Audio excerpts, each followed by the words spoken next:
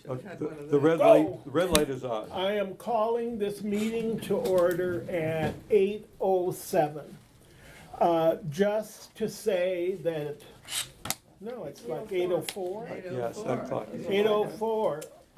I'll have a motion to set the clock. Is just, we are recording this meeting as we record all of them. If you want to speak, we ask that you identify yourself and the street where you live. And I want to thank all of you for being here tonight. The first item of business is to approve the minutes. I believe the minutes were approved by email. And so I just need a motion to accept the minutes as sent. I move to accept the minutes as sent. I will second that. All in favor? Aye. Oppose? April Treasurer's Report. Can I do my, I didn't really You prepare do a the report. overall I'll- budget. Well, I yes. was gonna do it, I've already gone over the budget like 4 times already, and it's been sent out. But I want to talk a little bit about something else that I have in mind, and that is, as the tax man giveth, the tax man can also taketh away. And what I mean by that is that last year, we reduced our property tax, not quite to zero, but close to it. On a house that is assessed at $1 million, the Martin's Addition part of the tax, of the property tax, is $50. The reason we were able to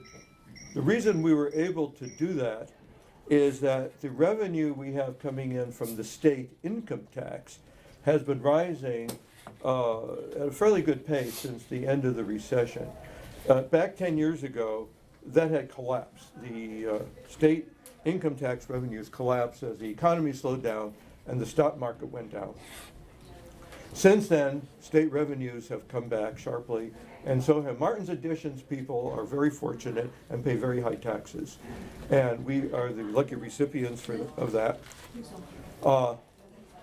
Now the problem is, it's not a problem, but it is something we have to look into in the future. That I'm an economist, and the question I get most frequently is, when will the next recession hit?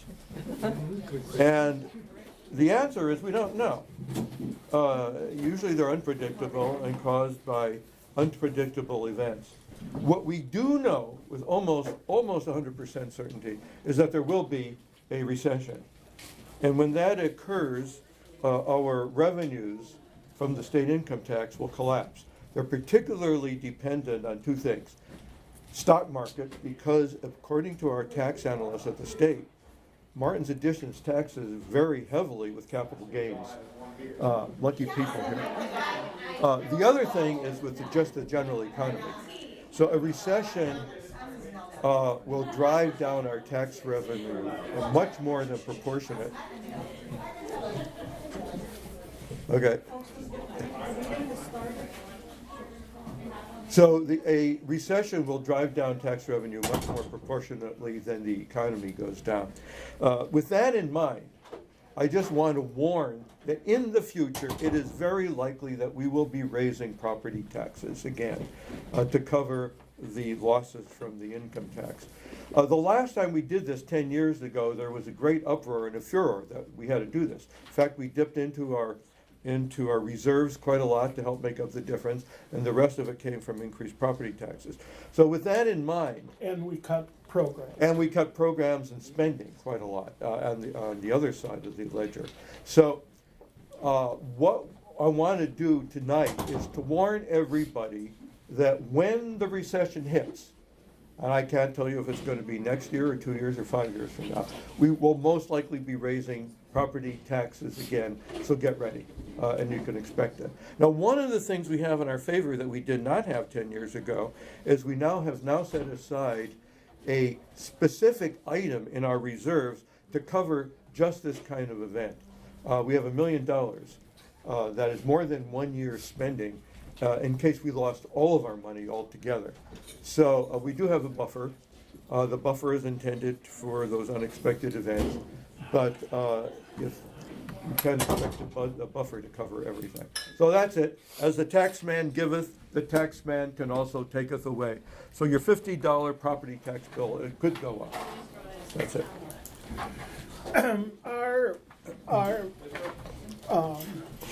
We are financially very healthy for the moment, right?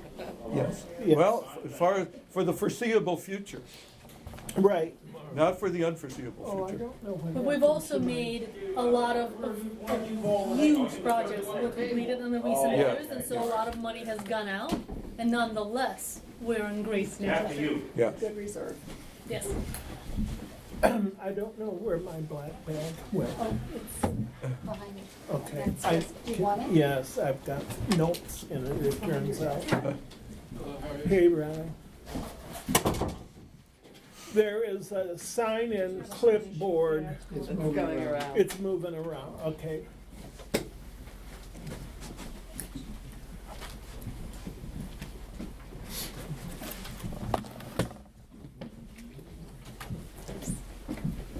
So we want to give sort of a brief report on other council activities, things, accomplishments for this year. And starting with that is, do you know what you're, Do you know what you're talking about? I have it here in front of Okay. me, if you want. Katya is, Katya was, Should I do safety first? if you'd like to, I was gonna say. Safety comes There we go. first. Safety first. We take safety very seriously. It could mean different things. Oh, sorry. You good to go? We're good. All right, see y'all. Take care. Thanks, Jim. Thank you. Yeah, they're All right, so the first thing I'm going to talk about is the project that was completed this year. It's been a long-running project. We've taken, or the state rather, has taken several stabs at it. The Brookville Road and Taylor Street intersection right here, it's undergone redesign, and finally the redesign has been actually implemented. So we're trying to address the issues that folks are driving down Brookville Road, they're not stopping. There's a bus stop right here, and so there's a lot of safety concern for the children that keep crossing at Brookville Road with motorists driving by without a proper stop. So hopefully by moving the parking spots, making the stop sign more visible, and aligning the road better, that will be helpful in the long term. We didn't stop there because it really was a major issue.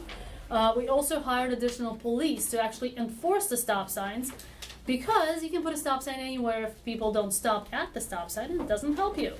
So for 3 weeks we had additional patrols specifically at this intersection to monitor the traffic patterns, and they were directed to ticket anybody who does not stop. So that should have reinforced the fact that there is a stop sign here. It's very important for the community to actually have it come to be reinforced. We unfortunately had a robbery this year at Brookville Pharmacy, and that was a very rare but also very unsettling event. So as a result of that, we had a community meeting with residents to have a conversation about it, and really maybe potentially set residents at ease. This was supposedly a very, it wasn't a pattern of incidents. It is a mom and pop pharmacy shop, which tends to attract those kinds of events. and isolated. It is a very isolated event, thank you. It hasn't happened in over 10 years, and we hope not to see it happen for a long, long time to come. Lastly, and this is in the same vein of traffic safety, there's been multiple complaints about the intersection at Quincy and Oxford. So on the other side of the village, where traffic was going around that corner too fast, and there was a stop sign there in the past that has been then removed, and the road has been widened slightly to allow for a truck to turn that corner. Nonetheless, trucks continuously ran over the curb, ruining the drainage pipes that were feeding from there. And so after it's been rebuilt, some residents came up and asked to put the stop sign back in to encourage folks to actually stop and slowly take that turn. So the council has implemented that as an immediate action, and we've taken permanent action since then. So it will be permanently at that intersection to address the safety there. Thank you. Thank you. Susan? Okay, so the council's had a very productive, if hectic year with respect to legislative and administrative matters. We voted in January of this year to adopt code amendments, which have been introduced in September. These amendments are primarily technical corrections, including to correct typographical errors, amend the definition of wall plane height. Very exciting stuff. Clarify the required additional side setback and define maintain and repair with respect to developmental nonconformities. On 5G, small cell tower restrictions. In March, after months of consideration and with a deadline of April 15th set by the FCC, council members adopted a resolution to allow VMA to establish a permitting process and aesthetic standards to the extent practicable, given our lack of zoning authority. We believe the state of Maryland and the FCC will ultimately determine the parameters of permitting with the wireless companies. On variance hearings, the council held variance hearings for 2 properties, 7204 Chestnut and 3521 Cummings.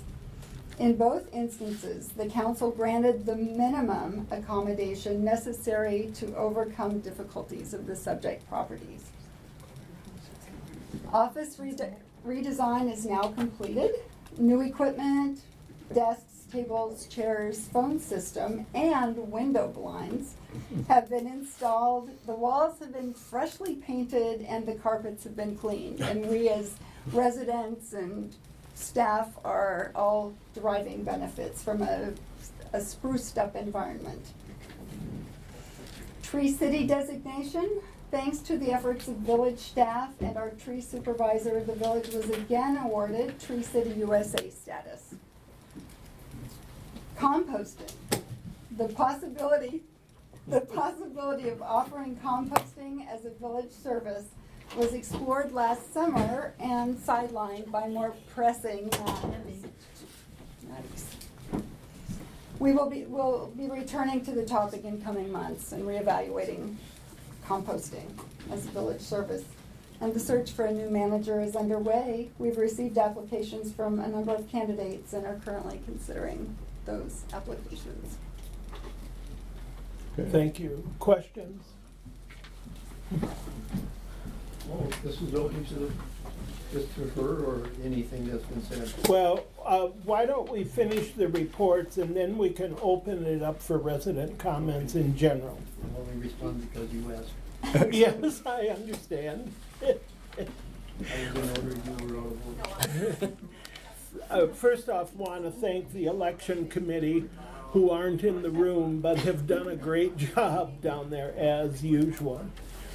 But I also want to talk about the Community Engagement Committee, which started out as sort of an informal volunteer group that was going to help bring better, more activities to the village.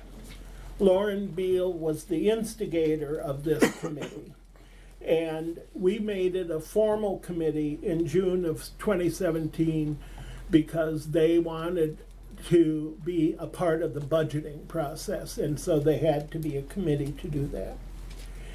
They seem at times tireless in their efforts, although having more volunteers would really be helpful.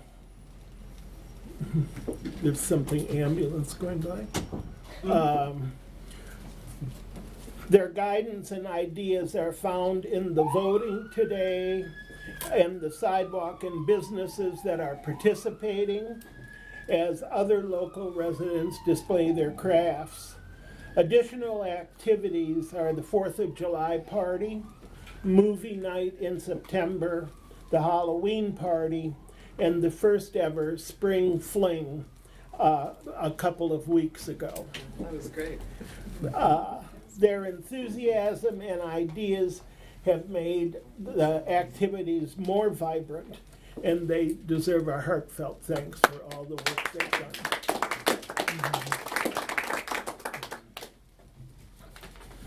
The village also relies on Matt, Tina, Doug, and Wayne, and all of them make enormous contributions to making the village run on a day-to-day basis. Our deepest thanks also to them.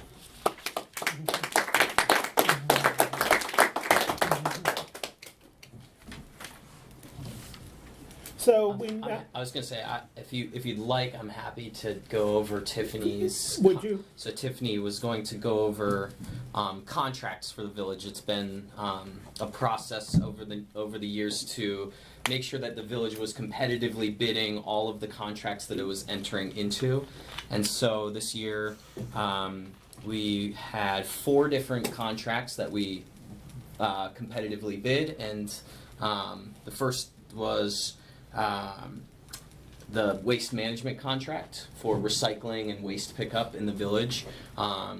So the village has some pretty strict parameters that we wanted to abide by, but put out request for bids and received a number of bids from various companies throughout the area, and ultimately decided to retain waste management on a 3-year contract with 2 option years, which is the standard by which the village typically enters into its contracts.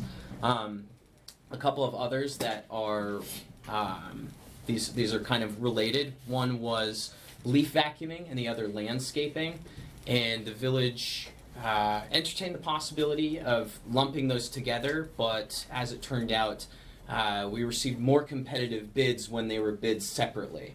So we actually selected a new contractor for landscaping and selected Green Sweep LLC, which is a local company, family owned, and I think already in the short time that they've started, which began in March, that the butterfly garden, for example, is noticeably better and in better shape than it was previously. And then that's at the corner of Cummings and Brookville. yes, It's where that new, it's on the corner where that house is being built. And there's a butterfly something there? it's They called call a it- butterfly garden. With So the flowers to attract butterflies. the plants and flowers that are Thinking selected. Montreal and the butterfly. Right. Right, no, not quite. No. And there's also a memorial there to Dan Gardner, who was our tree supervisor for a number of Oh, years. yeah. And hopefully that'll continue to be spruced up. We have plans to maybe put a little walkway through it since people tend to cut Is through. there a house going up there? There is a house going up there, but the way that property is built, it actually shaves off the corner there, so there's a little part of the corner that's set aside as village right-of-way. And so a number of years ago, some village volunteers put together this butterfly garden, and now we are professionally maintaining it with Green Sweep. And actually Bernice is here, who was one of the people who used to do all of that landscaping for the village. So we're carrying on that tradition. So Right. Thank you, Bernice. And the other one was leaf vacuuming. So we are retaining Rolling Acres for our leaf vacuuming service. They've done that for us the past couple of years, and have proven to be responsive and show good customer service. They also provide our snow cleanup services. And then finally, the last one that is actually still in the works, but we hope to at least get rolling in this fiscal year, is with our walkability study facilitation. We will be meeting with one of the second of our 2 finalists for that position tomorrow, actually, and the council we'll make a decision about which company to enter a contract into. But just to give a really brief overview, the council is structuring this as a walkability study to hire a professional to lead a working group of Martin's Additions residents to look at and come up with criteria by which we will determine how to make the city more safe and more walkable. So that'll be everything from the potential of installing new sidewalks in sections of the village that may not have them, to new crosswalks on areas of Brookville Road that may have school bus stops, making more noticeable crosswalks, so special paintings or special thermoplastic that you can put down that makes it pop a little bit more, and a variety of other potential outcomes. So that will continue, and in the coming years we'll be revisiting some of the other contracts in the village, including municipal operations and code enforcement. But that's to come in the years ahead.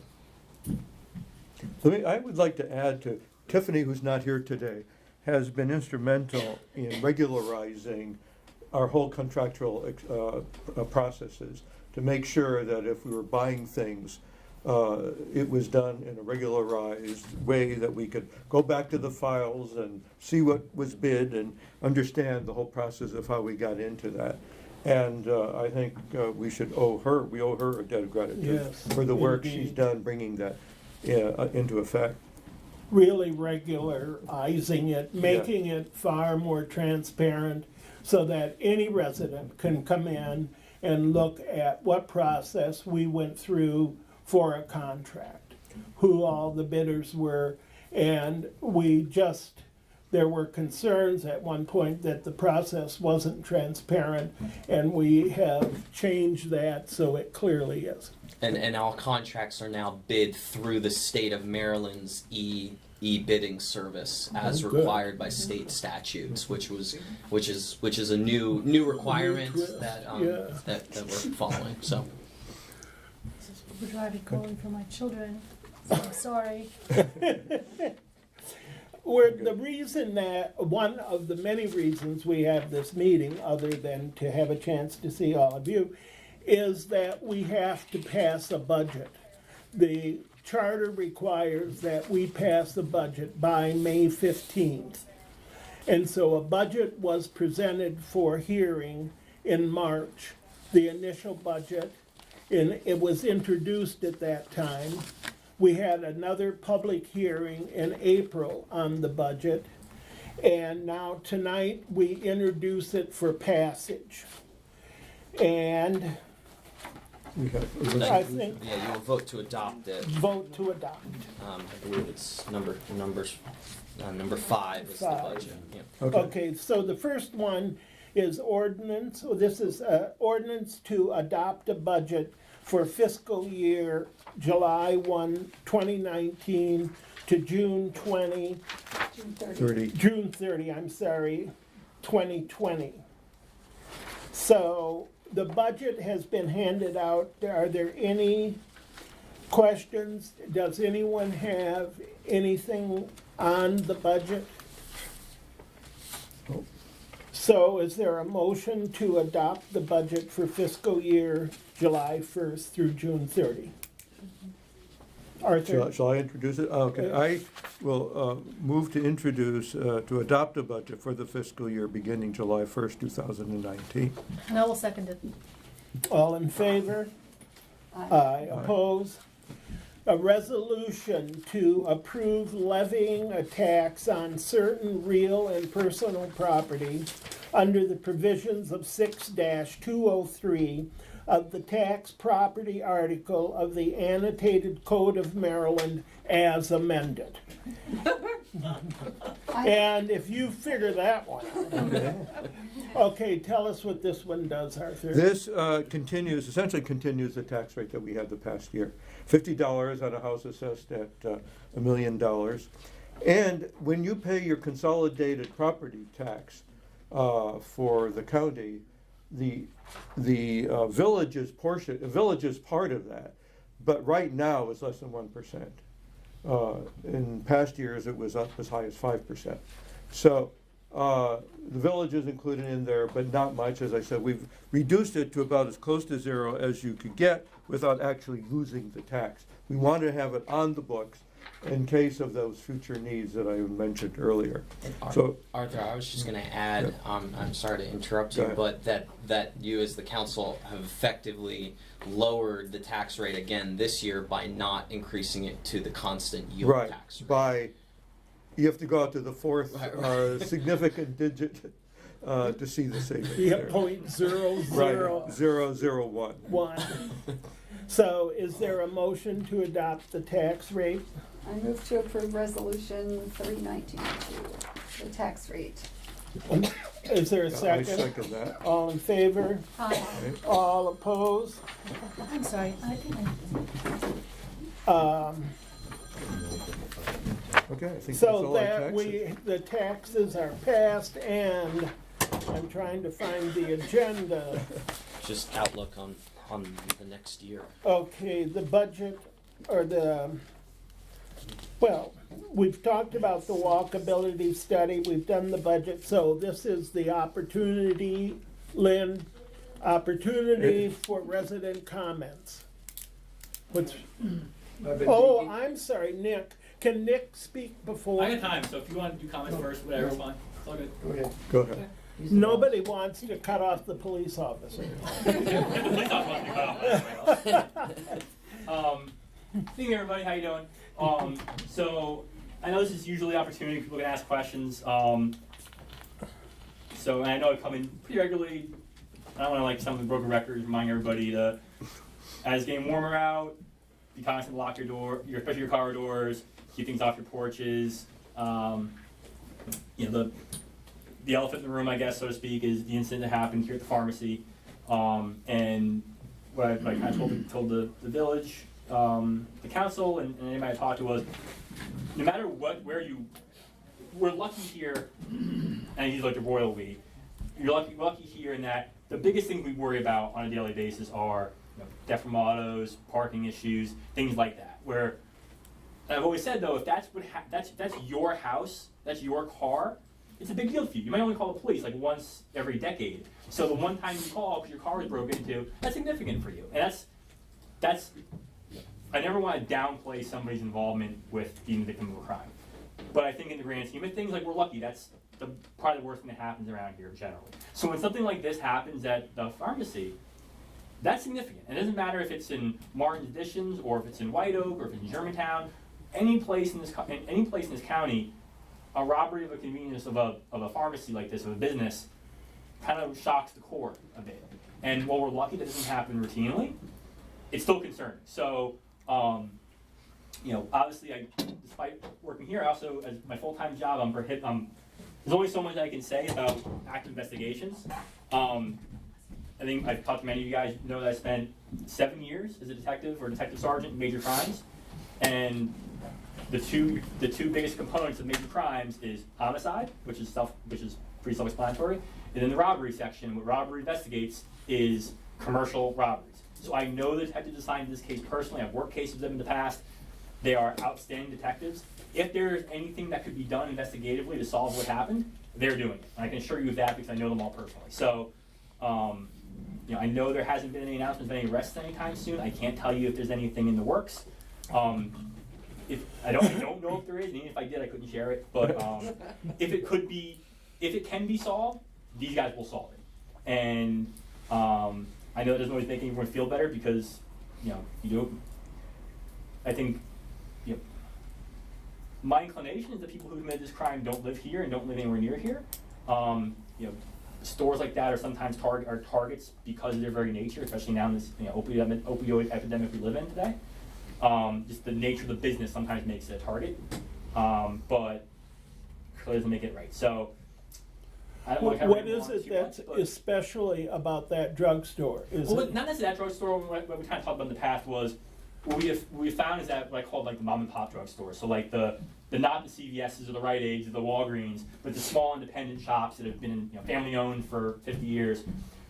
They're sometimes targets because they're isolated by themselves. Like the CVS's, they have a network of loss prevention and security that when there's an incident at one store, they share with all the other ones in that same chain. So their security is more sophisticated. They have better surveillance cameras. They've got fingerprint locks for certain things. Like they just have a more sophisticated system that the smaller independent chains don't necessarily always have. So that sometimes makes them more likely to be a target. Yeah, making some procedural changes downstairs, from what I read, might improve things, like when do you lock up, what doors do you lock, little things like that. Are these significant, or these procedural things? I think there's some things that they're doing to kind of make, I don't want us to share what they're doing Right, because right. It's kind of their business. It is a private company, private business, but like I said, everyone should always have an ownership in their own well-being, their own security, and I think they're taking what happened very seriously. I mean, when you go in that store, you realize they've got 3 or 4 locks in the doors, and they have reinforced glass.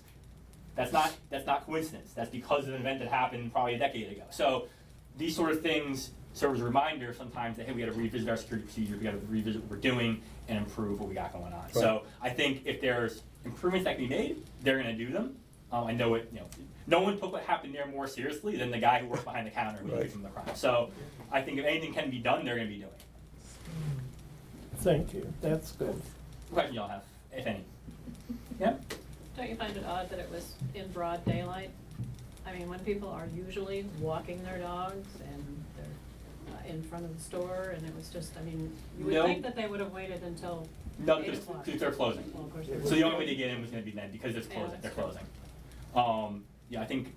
But still, there could be savings non-time. They could have done it. Yeah, I mean, so again, I'm not surprised. I mean, it's common sense would indicate you think they'd wait longer.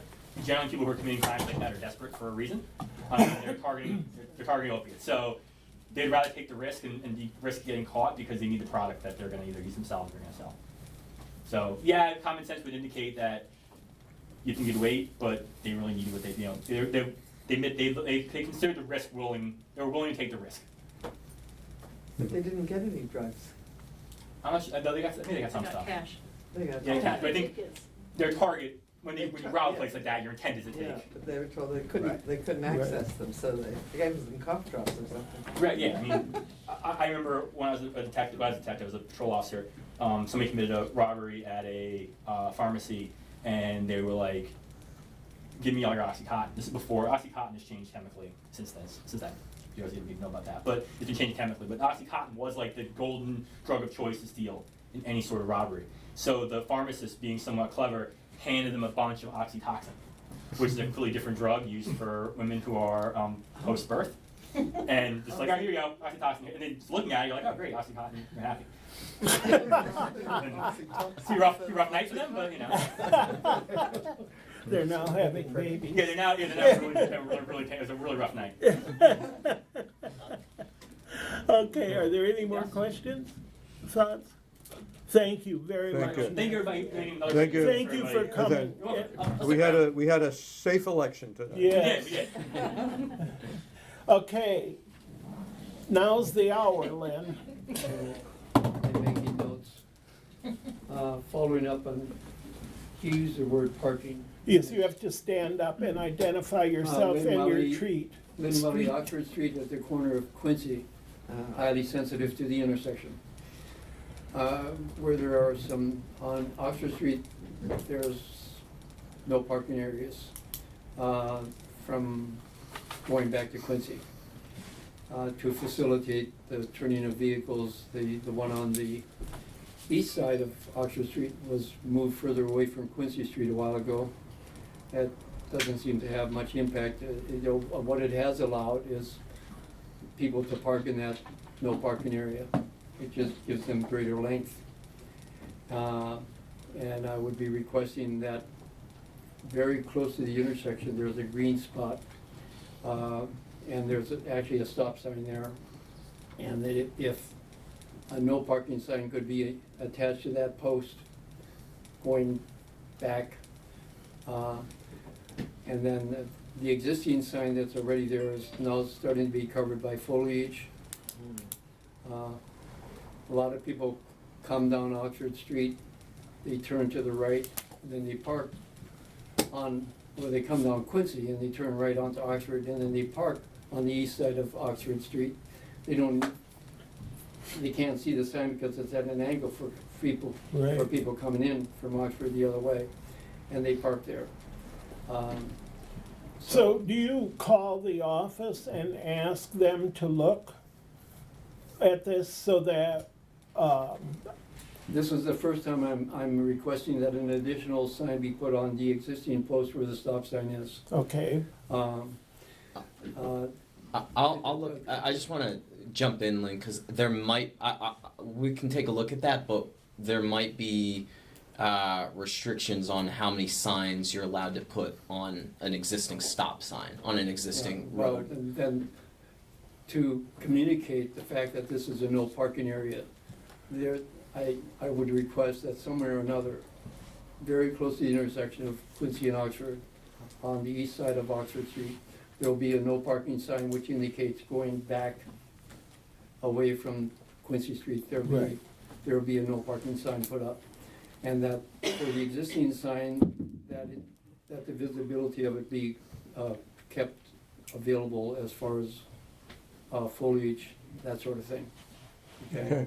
right. I would encourage you to send an email to the staff or call, and then if it's not done, it would be appropriate maybe to bring it to us. But the staff can handle those things on an ongoing basis. If they need council approval, then Matt would do that. All right, I will do that with a picture. Thank you.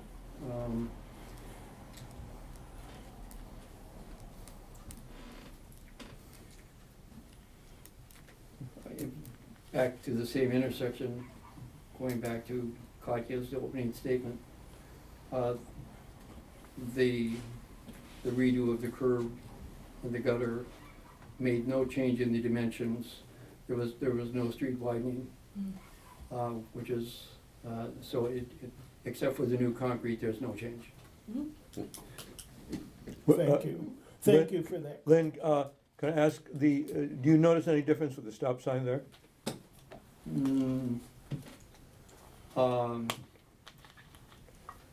It slows the people down a little bit. I think the really big problem there is, well, when people are parked on the east side of Oxford Street, it's not that big of a deal. The west side of Oxford Street is if you're not straight with their directions, Quincy Street dead ends or comes into a T at Brookfield Road, okay? So there are times when vehicles will be parking on the west side of Oxford Street at that corner of Quincy. And then that blocks the line of the view site and it creates a really bad situation. Contractors seem to feel that they are totally absolved from observing any of this stuff. And during this recent activity with the work on the dead end part of Oxford Street, it just drove me crazy, and I would go out there and ask them to move, and they absolutely refused. And there were times when there would be a big vehicle to there would be some coming in on Quincy, somebody coming down Oxford, and then who's gonna go first, and who's gonna back up, and where's there room to do anything?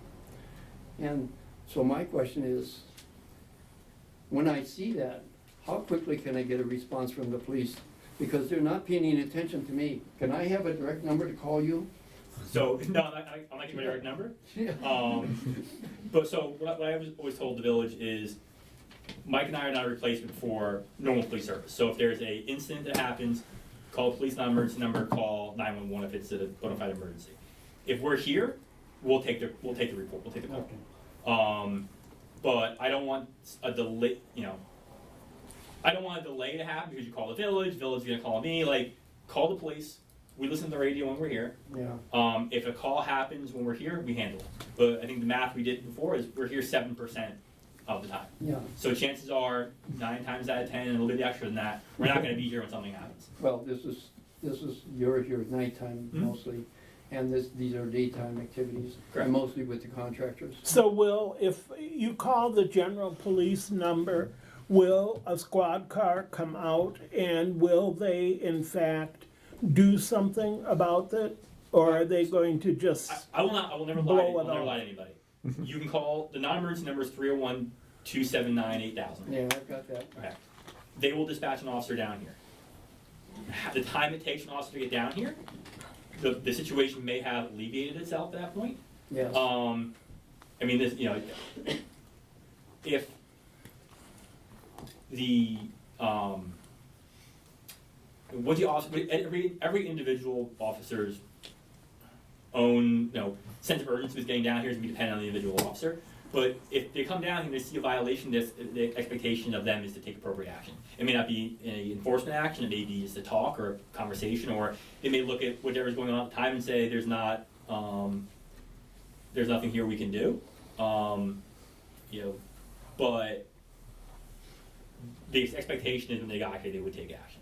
And if you don't get the result that you want, you're free to call again and you know, say, hey, look, police officer came down here. I saw him come down. He didn't do anything. This is ridiculous. Ask you to supervise him. You have other options if we're not here to handle it. Well, I've been hesitant to make those calls because I figure as far as order of importance in police business, that's really low priority.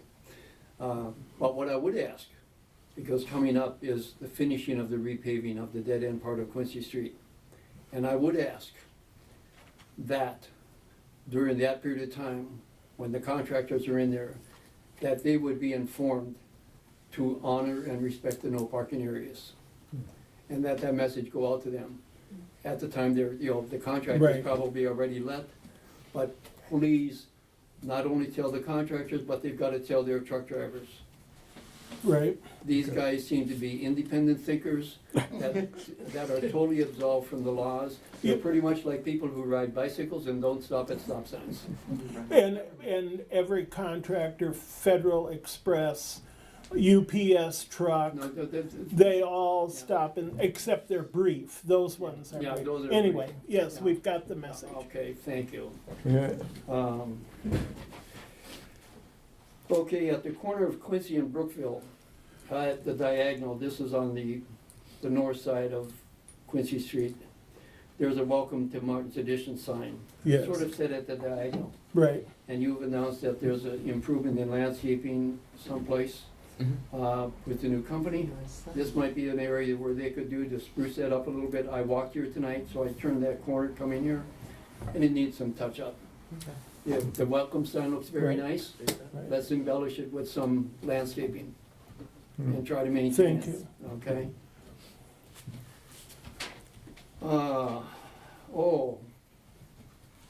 Parking, going back to walkability.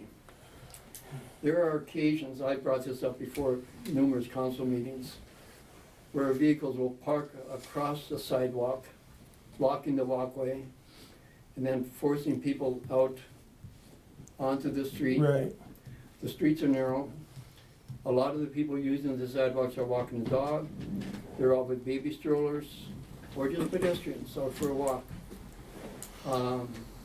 I would like to see this addressed more frequently in the newsletters. Try to get it pounded into people's head that when That whoever's that's showing right. up there, right. don't do that. Lynn, as I suggested to you when we talked earlier, if this is a repeatable issue with certain residents, then we Yes. should probably just send letters or messages from the office asking them directly to not do that. You know, it's not only where I live.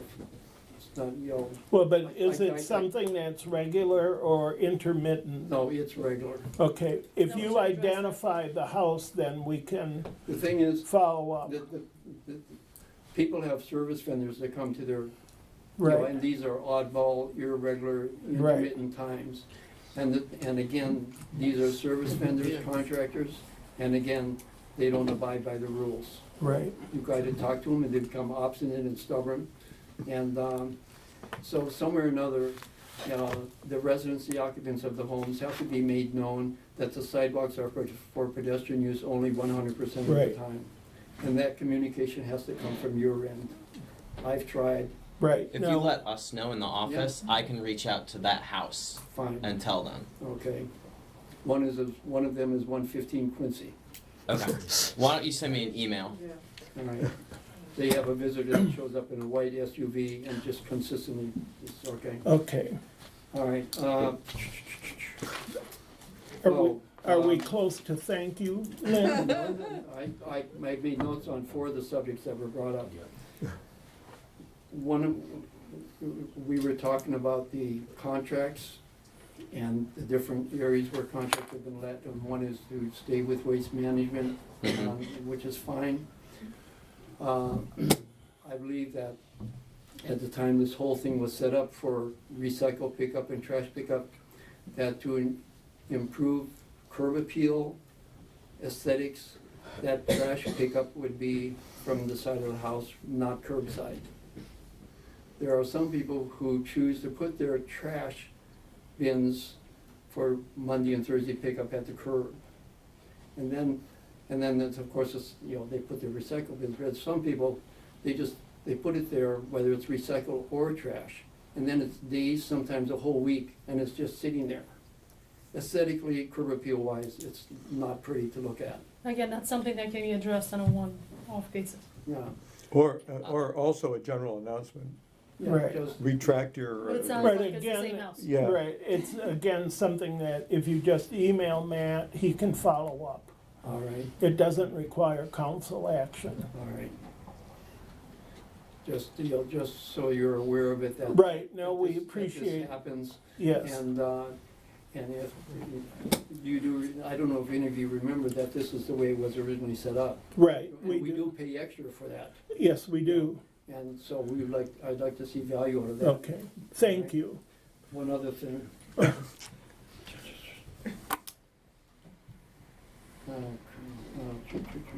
Just a second. It's all right if you omit something and then send an email. I know you're So- always anxious to shut me down. No, I'm always anxious to keep the meeting moving. Yes, well, that amounts to the same thing, so Right. with that, I will honor your request. Okay, I'll save some more for the next time. I Send me an wish email, you Lynn. would. Thank you, Lynn. You're welcome. Just before we adjourn, I want to say a few words about our village manager who is leaving us at the end of this month. Matt came to us years ago, 3 years ago, with enthusiasm and determination. We have all watched him grow on the job, and there is no doubt that he leaves Martin's Additions a better community than when he arrived. He says RFP now like he invented the term. Well, he certainly encountered 3 years ago, he couldn't even spell it. Well, he certainly encountered some challenges. He always gave it his all and found success. Lastly, his people skills are extraordinary. He finds a path toward agreement even when some of us are a bit hard-headed in that regard. Somerset is lucky to have him. We'll miss you very much. Yes. Best of luck.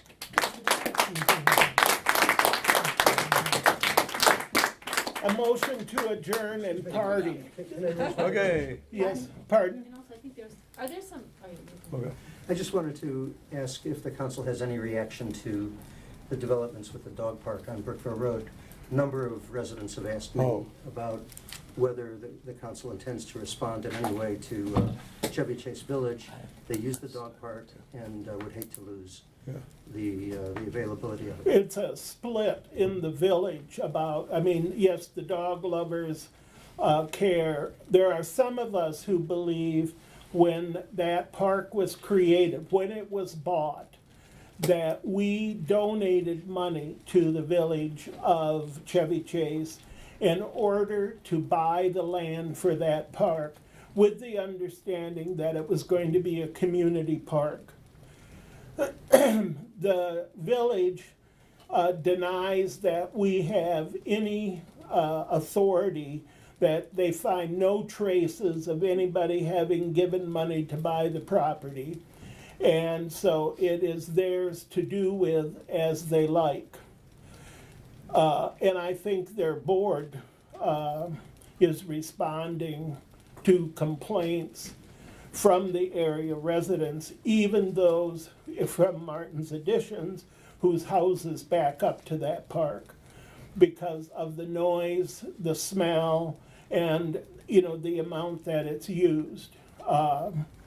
I would personally think that it should have just been left a park.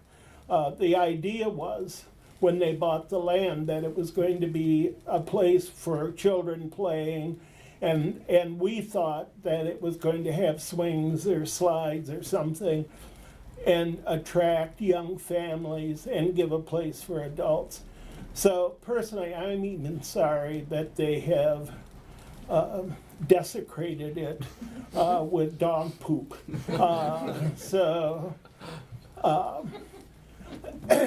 Matt has talked to the people at the village. I'm not sure if we have any sway. I mean, we abut the park. I've started to write a letter. Yes. On behalf of the village, Right. Requesting that they not prohibit Martin's Additions residents from using the park. On the basis, on the basis of, as you mentioned, the raising money before, but also just in the spirit of community. Right. People from Chevy Chase Village use our sidewalks, which we repair our streets, and there are the market area. There are folks that establish friendships at the park that may cross over boundaries. So while Chevy Chase Village is responsible for maintenance of the park, I personally still find it exclusionary and a little bit unneighborly. Yeah. Lastly, his people skills are extraordinary. He finds a passport agreement. Okay. Yes. Just, I'm Marjorie Thompson, Shepherd Street, 3512, next door to the building at 3508, the McMansionization of my next door neighbor's house. And there was a meeting here in November with the developers, and I don't want to discuss it here now, but if any of you were there, please let me know, because I want to find out what you heard, because I've heard something that turns out to be different from what the developers are now doing. Well, they file building construction plans and so on, and we would have a voice if they do not follow those registered plans. Well, Is that what you have in mind? Well, there's a question of the easement, whether or not the driveway, Oh, they said at that meeting that they were abandoning the driveway because they had to in order to get their own new driveway, and that it turned out that the document they presented us with is different from what we expected. So if anybody was there and could tell me what they thought happened, whether they thought the same thing I thought. Okay. Anything else? Because I want a party. okay. We want to join us in a reception now in honor of Matt. We want to You have to adjourn. adjourn. And motion to I adjourn. will motion to adjourn. All in favor? Aye. All opposed? Thank you. Thank you.